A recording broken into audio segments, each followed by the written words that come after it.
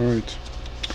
Alright, welcome back to Nick Lenz's Comic Corner, Classic Lesser Known Classic. This is episode number 33, 45, and Doubleshot 32, 39. I have two DC trades, and these are the last of the physical ones I have right now. First up we have is Shazam, the Monster Society of Evil, written by Jeff Smith. Yeah, I just noticed while reading it that this book's got water damage. Yeah, no mention at all. I have to tell him that when I return it to him. Apparently, this writer here created the series Bone. So, Billy Bat's actives Captain Marvel, his name is not Shazam, for a little while now, and then he goes visit the Rock of Eternity, and apparently for some weird reason in this book, they happen to where the Captain gets separated from him, where he's like two separate beings, and then we see the Wizard Shazam, who apparently his body is still there, dead, from being crushed by a freaking rock. And we see his ghost, and like, oh, his living, apparently it's update his living capability because he's living in a condemned building. He has no family. Eventually discovered, oh yeah, he does have family. A little sister named Mary, which of course does find her, and then of course she kisses him on the cheek. It's like, you do realize I'm your brother. And she does transform into a Mary Marvel, but a mini Mary Marvel, yes. And for some weird reason, I don't know why this is, they made Billy Batson really short. Of course, they have Talkie Tawny here as well. The thing with this book, now normally Billy Batson is depicted not as a little boy, mostly put someone who's like early teen. This kid is probably like 10 years old. And Mary is usually like a little bit older, like taller. Because, yeah, when Billy Batson becomes Captain Marvel, he gets grown up. Mary, on the other hand, keeps the same size. They eventually find Mr. Mind and Dr. Savant in this book. But overall, it's an overall really fun book. Yeah, really good. The artwork here is also done by Jeff Smith as well. It's excellent. Give this book a 9 out of 10. Next up we have is a book called Primer, Clashing Colors. Yeah, a graphic novel made for kids.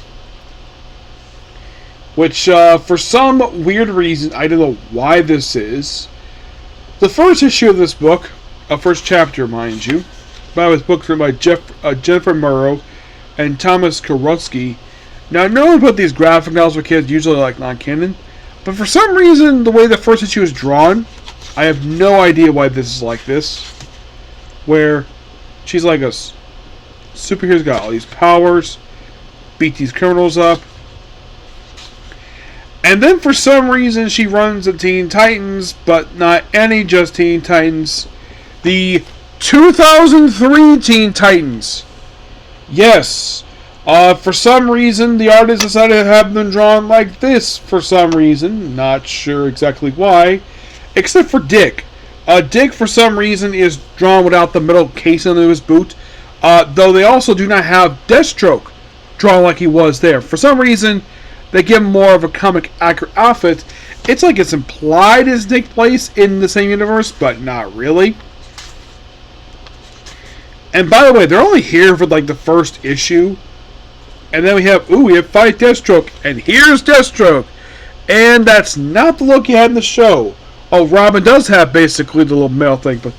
But Deathstroke, not necessarily. I don't remember him looking like that. He had a little more different attire per se. And also, the Teen Titans logo is the 60s logo for some reason. Yeah, I don't know why that is. It's weird. And by the way, they're only around for the first couple issues. Like, look at on Deathstroke. By the way, in the show, they never referred to him as Deathstroke.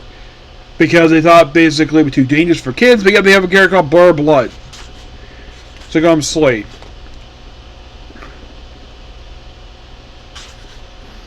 So, yeah, they're around here for the first issue. Then she has to deal with Deathstroke for the remainder of this book. While also dealing with his son. Of course, we have Teen Titans up here too. And we have, here's Ravager. And yet, you probably think, is that Grant? No. For some reason, the outfit itself reminds me a little bit of like Prime Universe Ravager mixed with Robin's costume he had to wear. Yeah. And also the artwork had to change for some reason for every issue.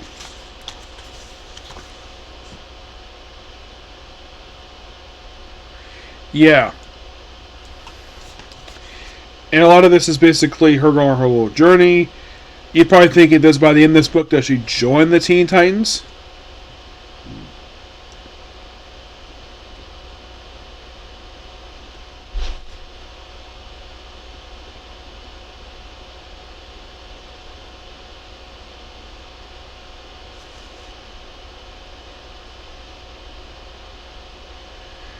After punching Deathstroke, of course, does she officially join the Titans by the end of the book?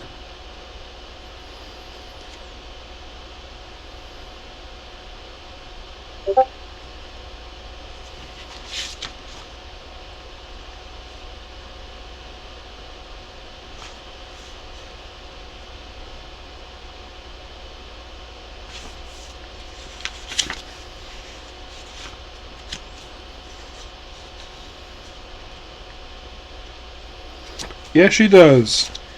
And then discovers, oh yeah, her mom is alive, and that's kind of it. It's interesting for what it is. It's not terrible.